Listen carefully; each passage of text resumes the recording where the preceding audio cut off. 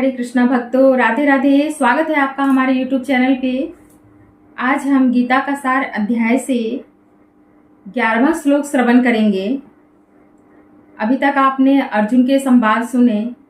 अर्जुन अपनी मन की बात भगवान श्री कृष्ण जी को बताते हैं और सखा से शिष्य बन जाते हैं, क्योंकि दोनों परम मित्र थे। लेकिन यहाँ पे अर्जुन बिल्कुल अपने ही द्वंद्व में फंस जाते हैं, तो भगवान श्री कृष्ण को अपना गुरु बना लेते हैं और गुरु की शरण में चले जाते हैं कि अब मैं क्या करूं, मेरी कुछ समझ में नहीं आ रहा है, मैं तो युद्ध नहीं करूंगा, ऐसा कह करके मना कर देते हैं। तो देखिए कि भगवान श्री कृष्ण कैसे अर्जुन को समझाते हैं। एक एक श्लोक इसलिए हम बता रहे हैं कि एक एक श्लोक समझने में भी, पढ़ने में भी और याद करने में भी इजी रहता है। आगे के श्लोक में भगवान श्री कृष्ण अर्जुन को इस तरीके से समझाते हैं जो सभी जीवों के लिए, सभी प्राणी के लिए है। तो इसे हम ध्यानपूर्वक श्रवण करेंगे और अपने दोस्तों के साथ भी जरूर शेयर करेंगे।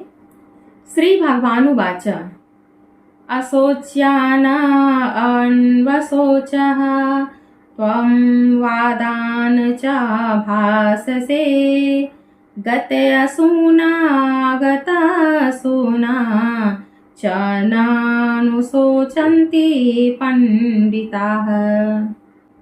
श्री भगवान ने कहा, तुम पांडित्यपूर्ण वचन कहते हुए उनके लिए शोक कर रहे हो जो शोक करने योग्य नहीं है। जो विद्वान होते हैं वे न तो जीवित के लिए न ही मृत्यु के लिए शोक करते हैं। तात्पर्य यह है कि भगवान ने तत्काल गुरु का पद संभाला और अपने शिष्य को अप्रत्यक्षतः मूर्ख कहकर डांटा। उन्होंने कहा, तुम विद्वान की तरह बातें करते हो, किंतु तुम यह नहीं जानते कि जो विद्वान होता है अर्थात यह जानता है कि शरीर तथा आत्मा क्या है, वह किसी भी अवस्था में शरीर के लिए, चाहे वह जीवित हो या मृत, शोक नहीं करता है। अगले अध्यायों से यह स्पष्ट हो जाएगा कि ज्ञान का अर्थ पदार्थ तथा आत्मा एवं इन दोनों के नियामक को जानना है।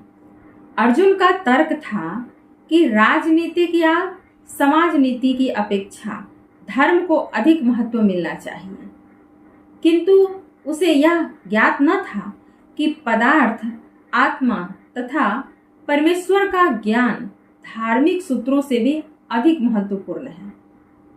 और चूंकि उसमें इस ज्ञान का अभाव था, अतः उसे विद्वान नहीं बनना चाहिए था।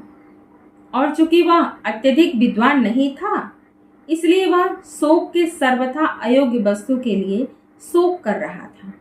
यह शरीर जन्मता है और आज या कल इसका विनाश निश्चित है, क्योंकि जिसने जन्म लिया है उसकी मृत्यु तो निश्चित है। जन्म भले ही निश्चित ना हो, लेकिन मृत्यु निश्चित है। अतः शरीर उतना महत्वपूर्ण नहीं है जितना कि आत्मा है। जो इस तथ्य को जानता है वही असली विद्वान है और उसके लिए शोक का कोई कारण नहीं हो सकता।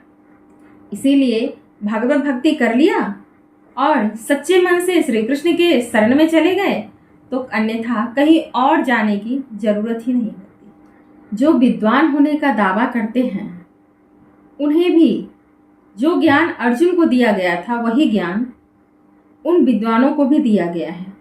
तो आगे के श्लोक में हम यही श्रवण करेंगे। मिलते हैं नेक्स्ट वीडियो में, तब तक के लिए जय श्री कृष्णा, राधे राधे।